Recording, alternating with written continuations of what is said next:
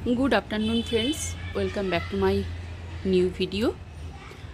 Daffodils গার্ডেনে আপনাদের সকলকে স্বাগত জানাই। অনেক দিন পর হয়তো আমি অনেক প্রিয় বন্ধুদের কাছে আর কি হেরে গেলাম। জাস্ট তাদের রিকোয়েস্ট বারবার আসতে থাকছে, প্লিজ ভিডিও দাও। তো লেবু গাছের ভিডিও অনেকেই কমেন্ট করে বলেছে, যার কারণে আমি ঠিক তাদেরকে অবজ্ঞা করতে পারলাম না। তো চলুন দেখে নেওয়া যাক আমার ভিডিওর টপিক কোনটা।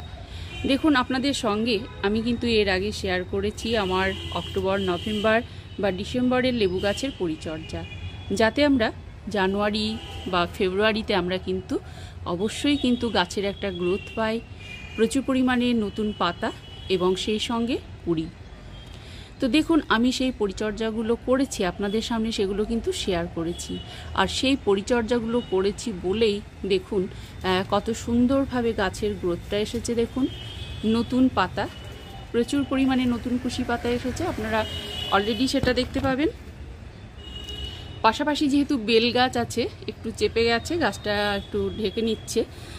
দেখুন, প্রচুর পরিমাণে কিন্তু নতুন পাতা বেরোচ্ছে।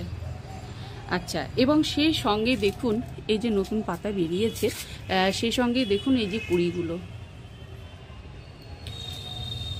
তো আপনাদের সামনে আমি এর আগে চাপান সার আমি দিয়েছিলাম, এবং চাপান সারটা কী ধরনের হতে পারে, চাপান সারের উপাদানগুলো কি কি, আমি জৈব উপায়ে যেভাবে পরিচর্যা করি আমি কিন্তু আপনাদের সঙ্গে কিন্তু সেটাই কিন্তু তুলে ধরি। দেখুন, এখানে নতুন পাতা আসার পর, মানে অনেকে কুশি পাতা বলেন, নতুন পাতা আসার সঙ্গে সঙ্গেই কিন্তু প্রচুর পরিমাণে কুড়ি এসে গেছে। দেখুন, আপনি পুরো গাছটাতেই কিন্তু, আমি পিছের দিকে একটু শেয়ার করি আপনাদের।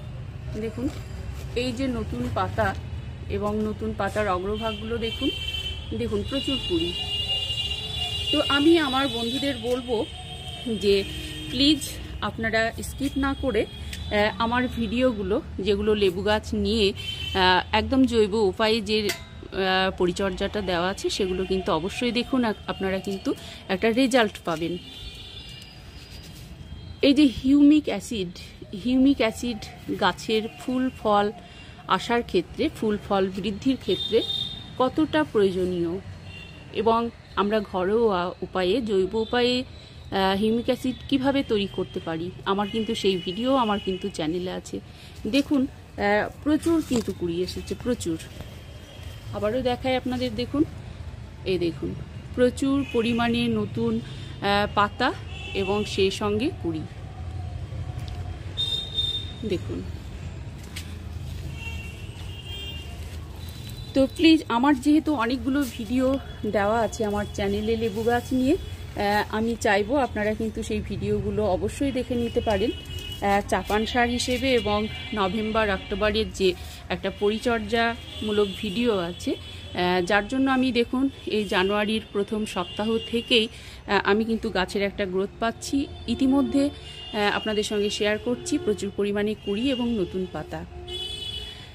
এবার দেখুন, যে বন্ধুরা রাসায়নিক সার পছন্দ করেন বা ব্যবহার করেন, তারা এই সময় যাতে ফুলগুলো ঝরে না যায় বা কুড়িগুলো ঝরে না যায়, সেই জন্য কিন্তু কীটনাশক ইউজ করবেন। অনেকে কীটনাশক ইউজ করবেন, অনেকে পিজিআর ইউজ করবেন, অনেকে ভিটামিন, হ্যাঁ, বিভিন্ন ধরনের জিনিস কিন্তু ইউজ তারা করে থাকেন। কিন্তু সেগুলো যেহেতু রাসায়নিক সার, আমি কিন্তু রাসায়নিক সার একদমই ব্যবহার করি না কোনো গাছের ক্ষেত্রে। তো আপনারা চাইলে কিন্তু করতে পারেন রাসায়নিক সার। আমার আগের ভিডিওতে দেখুন আমি রাসায়নিক সার নিয়েও কিন্তু, অনেক বন্ধুরা আছেন যেহেতু পছন্দ করেন রাসায়নিক সার, তাদের কথা ভেবেই মূলত আমি শেয়ারটা করেছিলাম। আপনারা চাইলে কিন্তু অবশ্যই দেখে নিতে পারেন। আর দেখুন, আমি জৈব উপায়ে যেটা করে থাকি সেটাই শেয়ার করছি।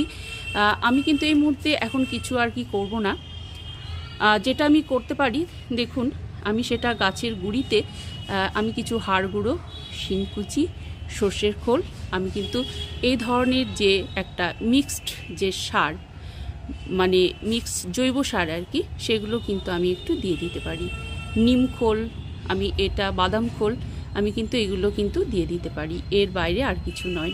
সে আমি যতগুলোই ফুল এবং কুড়ি বা ফল পাই না কেন, যেহেতু আমি জৈব উপায়ে করি, আমি এখানে করব কি বলুন তো, এই পর্যায়ে আমি যেটা করতে পারি সেটা হচ্ছে 1 লিটার জলে 1 চামচ সর্ষের খোল আমি কিন্তু ভিজিয়ে দেব, এবং সেই সঙ্গে দেব বেশ কিছু কলার খোসা, এবং মানে শীতের যে সবজি এবং ফলের যে খোসাগুলো আছে সেগুলো কিন্তু আমি ভিজিয়ে দেব। সেই সঙ্গে দেব 1 চামচ সর্ষের খোল, এবং সেটা 2 দিন পর আমি ছাঁকনির সাহায্যে ছেঁকে যে তরল সারটা আমি পাবো সেটা কিন্তু আমি গাছের গুঁড়িতে দিয়ে দেব। এইভাবেই এই জানুয়ারি মাসে আমি কিন্তু এই পরিচর্যাটুকু করব। এই কুড়ি আসার পর আদারওয়াইজ আমি কিন্তু কোনো কীটনাশক বা রাসায়নিক সার কিন্তু প্রয়োগ করব না। তো বন্ধুরা, আপনারা হয়তো অনেকটাই উপকৃত হবেন যারা ভিডিওটি দেখবেন। আশা করি আপনাদের ভালো লাগবে। আজকে এই পর্যন্তই। Take care.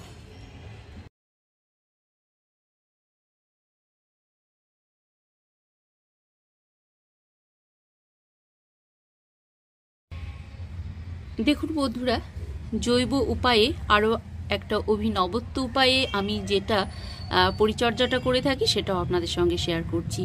দেখুন, এখানে শীতের বিভিন্ন রকম শাক সবজির খোসা, শাক, এখানে মেথি শাক একাটি আছে আর কি, বিভিন্ন ধরনের আর কি মানে ফল সবজি সেগুলো কিন্তু রাখা আছে। এটা দেখুন একটা প্যাকেটের মধ্যে। আমি যেটা করব, দেখুন এই প্যাকেটের মুখটা কিন্তু আমি এখন বন্ধ করে দেব। দেখুন এখানে আমি বেঁধে নিয়েছি, এই যে ক্যারি ব্যাগটা বেঁধে নিয়েছি।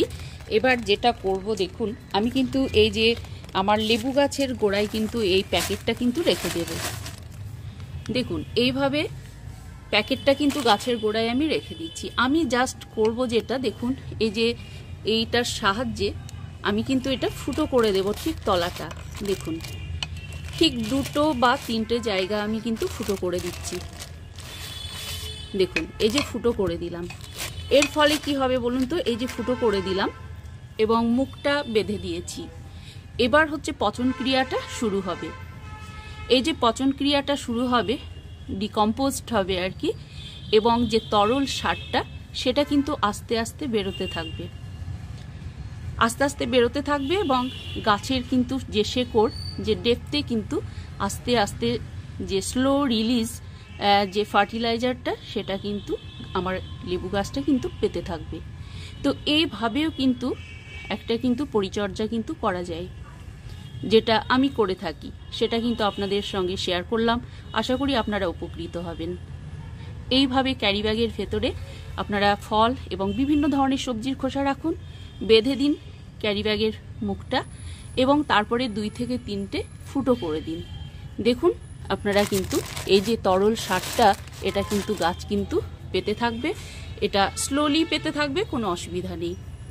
তো আপনারা এইভাবে কিন্তু একটা পরিচর্যা কিন্তু অবশ্যই করতে পারেন।